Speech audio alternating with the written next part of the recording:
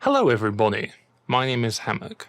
Today I'd like to talk about something that's not really spoken about, but it was more alluded to in some forms of coaching and just describing how to improve at the game, and it's the pillars of skill. And a while ago, I would have said that there were 3 pillars of skill, but more recently have I understood the real strength of a new 4th pillar. So I think I went over this a while ago, but the original 3 pillars of skill are your deathmatch capability, which is your ability to fight, your ability to frag, your ability to lessen the distance between your brain and your hand and your mouse and the game. So being able to just react really quickly, fight, rocket jump, have really good mobility. So classes that benefit a lot from DM are like scouts, soldiers, snipers. Pretty much a lot of the classes, but those ones as a priority. The second one being game sense, which is your ability to understand how the game works, how every class fits together and what they're going to do in which specific situation, and on a more meta level, knowing your enemy and knowing what they're going to do, what their habits are, what they're going to do, and how telegraphed and predictable they may be. For example, if they're a spy on Badwater and you know that they're just going to cloak and hold W and run through tunnel and walk right into a headshot, or if they're going to dead ring and then run one direction and immediately backpedal and run towards an ammo pack, that kind of thing. That's game sense.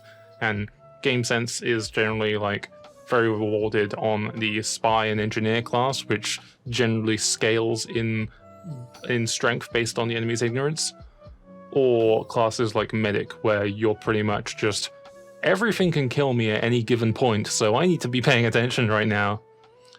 And the 3rd pillar, also quite underrated, is communication, which I think I have definitely gotten better at, but I'm still pretty bad at because I have sort of a verbal disability. I've got a bit of a stammer, a bit of a stutter. I have a bit of verbal dyslexia as well. I think of something and then it comes out backwards in my voice. But yeah, also I tend to lose track of things, but it's definitely a very strong skill to practice, being able to be clear and concise in your communications. Especially a bad example of this is when you're playing in a pub or in a low-level competitive game, a spy goes behind your medic and literally someone just screams, "Spy!" And it's everyone just turns around, or it gets to the point where everyone's just saying spy so much that they're "Oh, this guy cried wolf too many times, I'm not going to turn around. Oh, it was me," and I get backstabbed. So you need to be able to be clear and concise. You need to communicate the spy as the initial, then you call the disguise that they have, and then you call the location that they're at, and then finally you call who it is, and you do it really quickly. So you're spy, scout, choke on medic. And if you can do that really quick and really concise, maybe there's a more concise way of doing it. Maybe you don't necessarily have to communicate map position. If you're part of the combo, if you're a pyro, then you know that if the pyro is calling, then it's something in referencing a position near combo. But if you're doing a more general thing, I tend to spy check shot call quite a lot, because whenever I'm playing engineer on fire CP, king the hill, or attack, and I'm not playing on defense where my focus is staying alive and worrying about who's going to sat my sentry gun at any given point, I'm just sort of roaming around doing the extra jobs. Whenever someone calls, "We need to do this," I'll go and do that, because other people have set jobs, but engineer can be a little bit more loose, especially when he's running around with mini sentries. So I tend to be running around looking for spies, so I'm more worried about getting those clear comms out so I can call before he suddenly just stabs a teammate. So that's very important to have, and very underrated, especially if you are a shot caller, or if you're just playing in Highlander where there's 9 people in comms and you need to make sure that you don't clutter the calls with unnecessary words. That's why I also went on a video previously about mnemonic devices having very clear, decisive words. These only really work in teams, fixed teams, where you can practice them with people. Otherwise, people will just won't know what you're talking about. Example is there's a lot of spots in Highlander that are named after players who are famous for using them. So on Badwater up on Badwater up on last, top right spawn, where the medium ammo and the small pack is, where NGs like to build their gun, that in the EU is called the Lenny spot, because of Lenny from It's All Good. He popularized using that spot in Highlander games. there's the boxes on upward last that a sniper can like shoot through the little gap. In EU, people call that the Inzo spot, because Inzo, popular sniper, also very good legendary gun spy, use that spot a lot. So that's a mnemonic device that doesn't really translate well into pubs, and I usually catch myself saying that, like, oh, there's someone going up on Lenny, and then I suddenly go, oh wait, no one's gonna know what Lenny is. It's just like a trash comm. So having like clear mnemonic devices practiced with a team, like for example, when I played a lot of CP Steel, which can be a nightmare. CP Steel is like it's steel, like it's where you forge your iron teams into like stronger metal steel teams. Like it's all about comms and having clear like communications of where people are, because there's a lot of flanks going on, and you get a lot of people going, oh, there's people C, E, D, A, D, A, B, C, D, connector, like it's that shit. So you want to be able to clearly like rename every single like choke and possible angle to a different name. You have when you are holding B, where you have to sentry forward the dispenser, like using the ammo through the wall, which I think is patched now. I'm not sure, I haven't played CP Steel in a while. But there was that little decloak point behind where you can run from B to C through the gate, which has the health pack and the ammo pack. So spies like to run there, restock, and then go for a pick. And I called that spot Pickle. And the first time I said that, like in comms, people are like, what the fuck are you talking about? Why is it called Pickle, you idiot? And then I just kept going every time in scrims. Hey guys, remember to check Pickle where the spy's going to be. And then in the official, I said Pickle, and the pyro turned around and killed the spy immediately before I snapped the gun. And I was like, yes, it worked. So it's one of those things that like, it's going to be strange, it's going to be weird, but it only really works with fixed teams where you can, you know, get that conditioning in that you say a word, and it only really works with like a word that you won't otherwise hear in the comms. I like using simple, like 2-syllable like words, like an animal or a food or something. Like pizza could be like a soldier beggars bombing your medic. Like it's like something that's very like articulate and specific that you can't like specifically say in a situation. Like, oh, their NG's gonna go Pomson sack the medic to lower his Uber so that the soldier can bomb and drop the medic without being able to force. You can't call that really quickly. So you could say, oh look, they're going for the weasel strat. They're going for weasel strat, guys. Weasel, weasel, weasel. And then you go, okay, yeah, let's shoot the NG first. So yeah, or you like body block for the medic.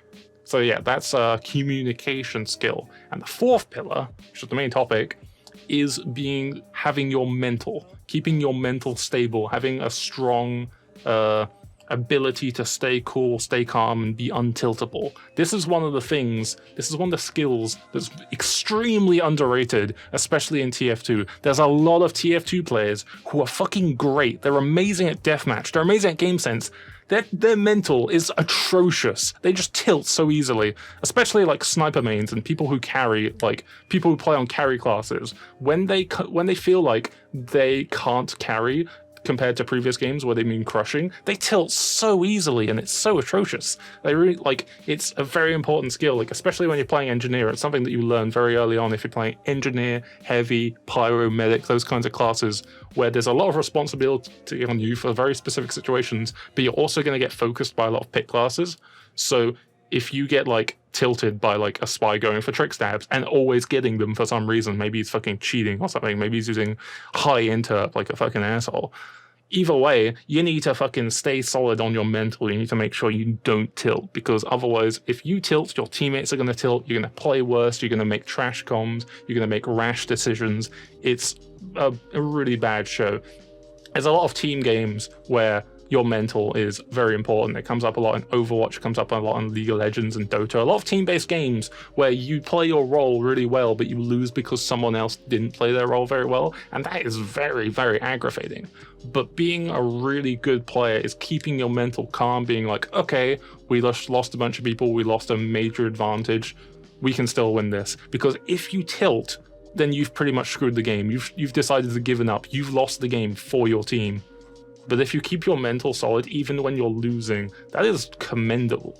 People who just like I remember playing scrims where like I was doing high/prem scrims, but then when we couldn't find scrims, we'd just find a mid team to scrim, and like the games would be a roll, and some players would be really toxic about it, where they'll be like, oh, we're playing against this mid team, we're not gonna try, we're gonna go fucking meme loadouts, and it's like so fucking bad. It's such a fucking terrible, like it's a sign of a terrible player if they just meme during those scrims, because that's the mid team's chance to really get some fresh experience and figure out, okay, we're definitely gonna get rolled this game, but we can learn why we get rolled against these really good players. And then the fucking sniper just runs perma huntsman, or the heavy goes shotgun heavy, and it's like, what the fuck?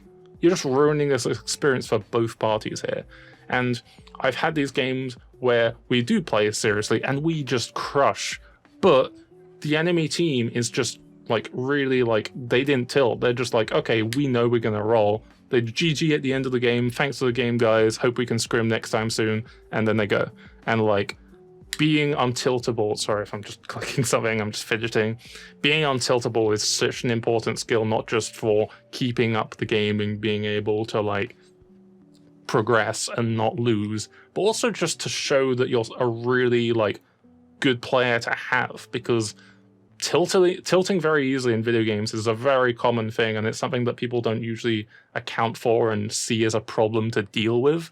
And if I see a player who gets destroyed but just stays calm and polite, that is such an amazing player. I want that player on my team. That is such a commendable thing. There's so many players where like I'll play in high games, and the games are like fun, everyone plays that like nicely, everyone plays well, and they like respect each other. But then there's like these prem players that like, they'll have these like niche teams where they're just assholes. Like, I'm not saying that this happens with all, but there's certainly more than I'd like of like high level players who are just disgusting.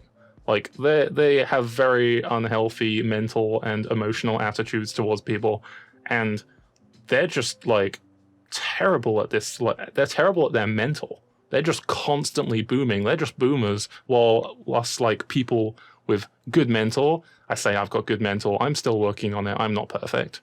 We're just zooming ahead. We're the zoomers, they're the boomers. Yeah. So anyway, 4 pillars of skill is your deathmatch, your game sense, your communication, and your mental. And you need to make sure that you're stable. People always give a bad rap to rage quitting, and I'd say, yeah, rage quitting from a scrim, probably bad because it gives a bad taste for the people you scrim against. But if you're playing a lot of pubs, you're playing a lot of lobbies, and you're just getting really tilted, just take a breath, take a break, have some water, maybe do like some fucking exercises or something to get rid of that negative energy, listen to some like loud music, just get rid of that energy, and just go back to the next game with a clean and calm mind. And not only will it be very great for your mental health, but it will improve you as a player, being able to keep that solid mental game and be able to just, anytime something goes wrong, just take a breath. What went wrong? How can you fix it? The first people who tilt are the first people who are going to lose. Winning is hard and tilting is very easy. And being a good player takes a lot of work. And, well, I believe in you. You can do it. Thank you for watching, guys. I'll see you next time.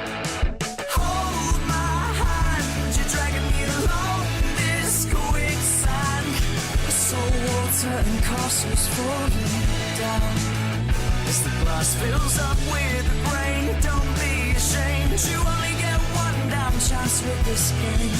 So call my name and I'll be there, ready to stoke that fire.